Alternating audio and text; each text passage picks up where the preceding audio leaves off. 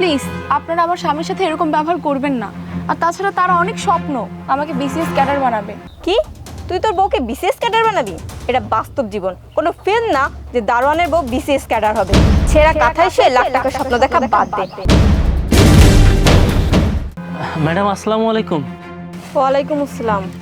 তোমার সাথে এই মেয়েটাকে? ম্যাডাম আমার ওয়াইফ, স্যার নিয়ে আসতে বলেছিল তাই নিয়ে আসলাম। কেন তোমার স্যার কেন এখানে নিয়ে আসতে বলেছে? না মানে স্যারের কাছে 1 লক্ষ টাকা চেয়েছিলাম, তাই তো স্যার আমার ওয়াইফকে নিয়ে আসতে বলেছিল। কি 1 লক্ষ টাকা? এই 1 লক্ষ টাকা কখনো চোখে দেখেছিস? ফকিরের বাচ্চা ফকির, তুই বেতন পাস কত টাকা যে 1 লক্ষ টাকা চেয়েছিস? এই তোর কোনো আইডিয়া আছে 1 লক্ষ টাকা লিখতে কতটা শূন্য লাগে? ম্যাডাম তো ঠিক কথাই বলেছে, তুই বেতন পাস সর্বোচ্চ 10,000 টাকা, তুই 1 লক্ষ টাকা দিয়ে কি করবি? হ্যাঁ 10-20 হাজার টাকা চাইলে সেটাও একটা বিষয় ছিল, সেটাও বেশি হয়ে যায়। কি ব্যাপার, আপনারা আমার হাজবেন্ডের সাথে এভাবে কেন কথা বলছেন? বড় স্যার আমাদেরকে এখানে আসতে বলেছিল, তাই সে আমাকে এখানে নিয়ে আসছে। তুই চুপ কর। আচ্ছা তুই যে স্যারের কাছে 1 লক্ষ টাকা চেয়েছিস, 1 লক্ষ টাকাতে তুই কি করবি? না মানে ম্যাম হয়েছে কি, আমার ওয়াইফ বিসিএস পরীক্ষা দিবে, অনেক টাকার প্রয়োজন। আমি স্যারকে বিষয়টা বলেছিলাম, তাই তো স্যার ওকে নিয়ে আসতে বললো আর আমি ওকে নিয়ে এসেছি। কি তুই তোর বউকে বিসিএস ক্যাডার বানাবি? এটা বাস্তব জীবন, কোনো ফিল্ম না যে দারোয়ানের বউ বিসিএস ক্যাডার হবে। ছেঁড়া কাঁথায় সে লাখ টাকার স্বপ্ন দেখা বাদ দে। তুই করিস দারোয়ানের চাকরি, মাস শেষে বেতন পাস মাত্র 10,000 টাকা, আর তুই কি করে ভাবলি যে তোর বউকে তুই বিসিএস ক্যাডার বানাবি? আরে তোর যদি এতই টাকার দরকার হয় তাহলে তোর বউকে ম্যাডামের পাশে কাজের লোক হিসেবে পাঠিয়ে দে। হ্যাঁ রাকিব একদম ঠিক কথা বলেছে, টাকার এত দরকার হলে তোর বউকে আমার বাসায় পাঠিয়ে দিস। বাসার কাজ কাম করলে কিছু টাকা ইনকাম হবে, এতে তোর সংসারেরও অনেক উপকার হবে।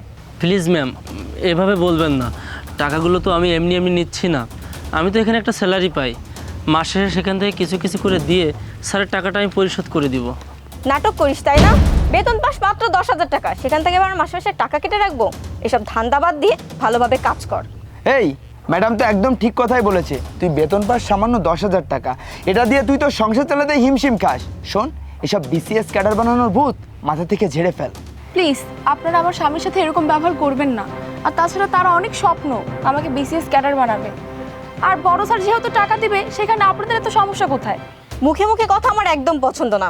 এই তোকে ভালোভাবে বলছি, তোর বউকে এখান থেকে বিদায় কর, বিদায় করে ভালো করে কাজ কর। না ম্যাডাম, স্যার যেহেতু আমাদেরকে এখানে আসতে বলেছে, সেহেতু স্যারের সাথে দেখা না করে আমি এখান থেকে যাচ্ছি না। ওরে ছোট লোকের বাচ্চা, আবার আমার মুখের উপরে কথা বলিস?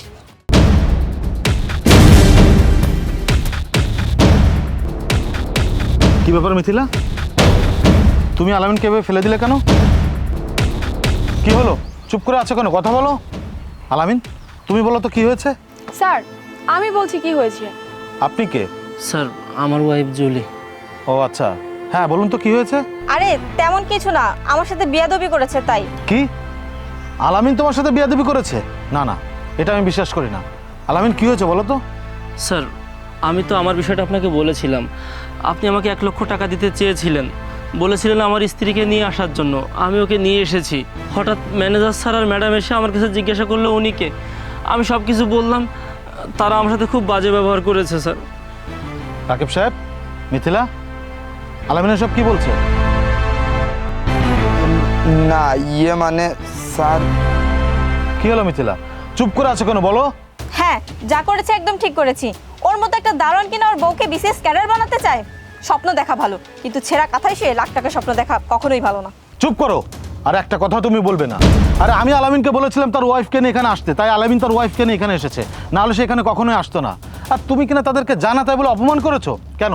তারা গরিব তাই? তাহলে আমাকে এখন অপমান করো, কারণ আমি তো একটা সময় গরিব ছিলাম। আরে আমি যেমন আলামিনকে এখন হেল্প করছি, আমি যখন গরিব ছিলাম তখন আমাকে ঠিক এভাবে একটা মানুষ হেল্প করেছিল, যার জন্য আজকে আমি এই পজিশনে দাঁড়িয়ে আছি।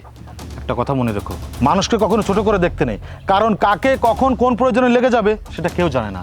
ওই যে একটা কথা আছে না, যে ভাঙা খোলা ছাই ফেলতে লাগে। কামরুল, আমার আসলে ভুল হয়ে গেছে, আমি ব্যাপারটা এভাবে ভেবে দেখিনি, তুমি আমাকে ক্ষমা করে দাও প্লিজ। জি স্যার, আমিও বিষয়টা এভাবে ভেবে দেখিনি, আপনি আমাকেও ক্ষমা করে দিন। থাক, আর ক্ষমা চাইতে হবে না, যা করার তা তো করেই ফেলেছো, এখন আর ক্ষমা চেয়ে কী হবে? রাকিব সাহেব, মিথিলা, তোমাদের থেকে অন্তত আমি এটা আশা করিনি। আলামিন তুমি ওদের কথা কষ্ট পেও না, ওদের তরফ থেকে আমি তোমার কাছে ক্ষমা চাচ্ছি, তুমি আমাকে ক্ষমা করে দাও। স্যার আপনি এটা কি বলছেন? আপনি কেন আমার কাছে ক্ষমা চাচ্ছেন? আপনি আমার মালিক। স্যার আমি তাদের কথায় কিচ্ছু মনে করিনি। রাকিব সাহেব, এক্ষুনি 1 লক্ষ টাকা দিন আলামিনকে। জি স্যার।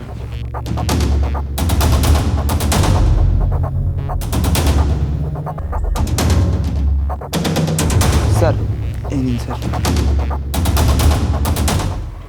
নাও 1 লক্ষ টাকা।